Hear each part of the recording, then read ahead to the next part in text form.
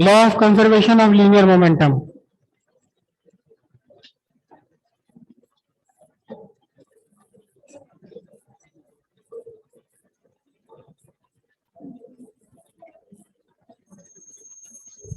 Law of conservation of linear momentum.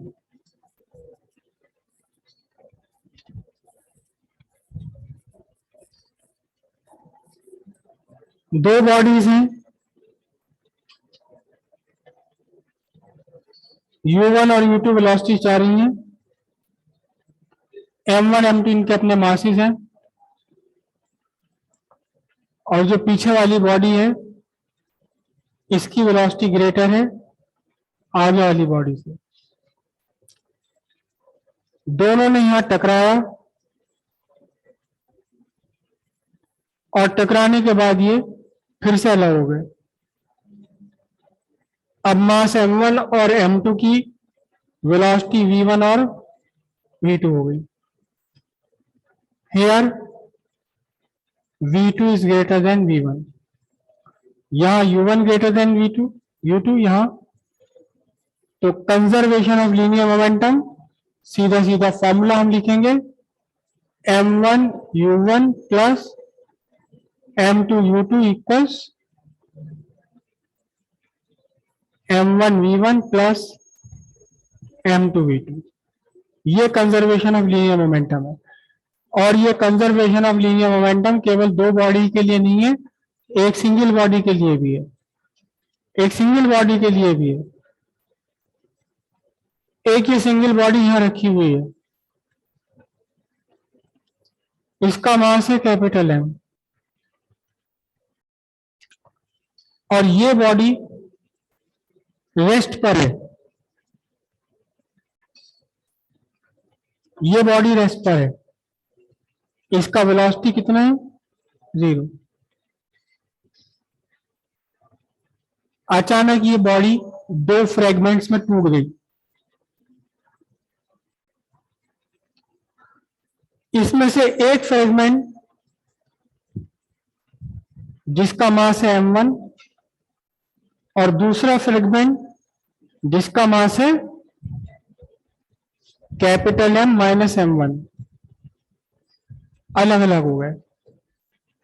एक ही body के दो पार्ट हो गए, एक पार्ट m1 मास, दूसरा पार्ट m1 माइनस m।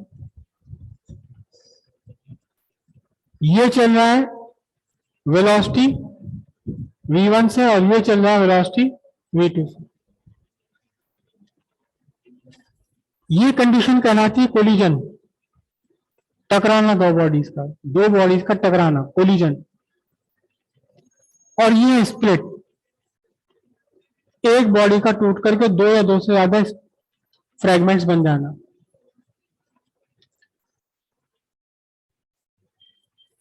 तो इसका इनिशियल मोमेंटम कितना m इंटू u। हम u1 u2 नहीं कहेंगे क्योंकि एक ही बॉडी। एक फ्रेगमेंट का मोमेंटम कितना कितना m1 v1। दूसरे फ्रेगमेंट का कितना m minus m1 into v2। और अगर ये ऑलरेडी रेस्ट पर रखा हुआ था, ये भी इक्वेशन अपने आप में वैलिड है। अगर कोई पार्टिकल चलते चलते टूट जाए, मोशन में है और टूट गया और उसके दो फ्रेगमेंट बन गए, सिंपलेस्ट केस हम ले रहे हैं जबकि फ्रेगमेंट्स एक ही लाइन पर बने, दोनों फ्रेगमेंट एक ही लाइन पर बने हैं। क्या बोल रहा था मैं अभी, बताओ जरा।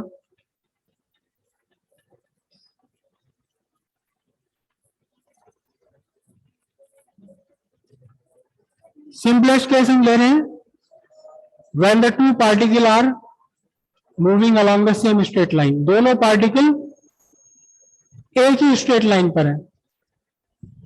इससे ज्यादा कॉम्प्लिकेटेड भी हो सकते हैं जब इनकी लाइन ऑफ मोशन डिफरेंट हो जाए। तो ये कंडीशन आपकी एप्लीकेबल है।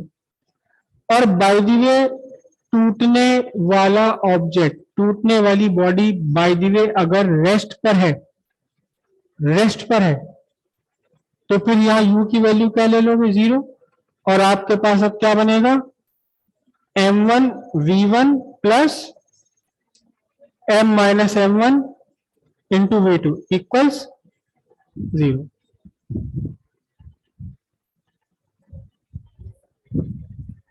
और ये जो टूटने वाला प्रोसेस है, ये टूटने वाला प्रोसेस का प्रैक्टिकल एग्जाम्पल है, प्रैक्टिकल एग्जाम्पल है किसी गन से फायर करना,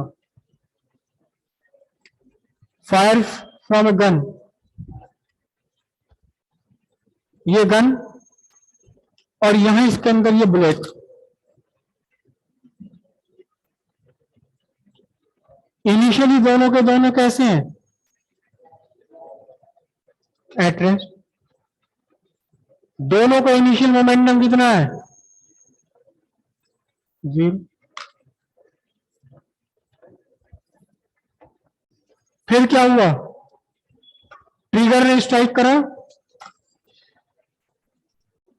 बुलेट अलग चली गई, this is the mass of bullet.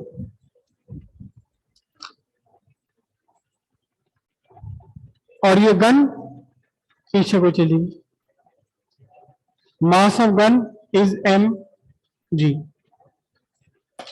Bullet कितनी वेलोसिटी से आगे गई, v1, गन कितनी वेलोसिटी से पीछे गई, v2।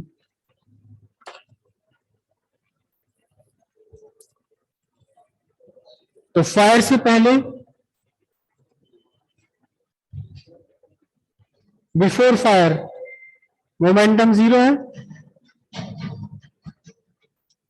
और आफ्टर फायर टोटल मोमेंटम कितना बना, mass of bullet into velocity plus mass of gun into its velocity.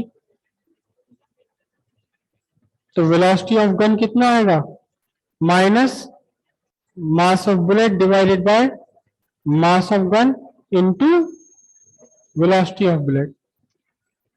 यहां मास ऑफ बुलेट बहुत छोटा है as compared to mass of gun. Bullet का मास फ्यू ग्राम, गन का mass few KG, thousands time difference है। तो इसलिए gun की वेलोसिटी बहुत कम रहती है किसकी वेलोसिटी से, बुलेट की वेलोसिटी, लेकिन फिर भी कुछ ना कुछ वेलोसिटी होती है। और इसी फिनोमेनन को हम क्या बोलते हैं, recoil of gun, recoil of gun. जितना भारी मास होगा गन का उतना ही रिकॉइल वेलोसिटी कम होगी। And negative sign shows what, negative sign shows that the velocity of bullet is in, velocity of gun is in the direction opposite to the velocity of bullet। जिधर bullet चल रही है gun उसके बिल्कुल exactly opposite चलेगी।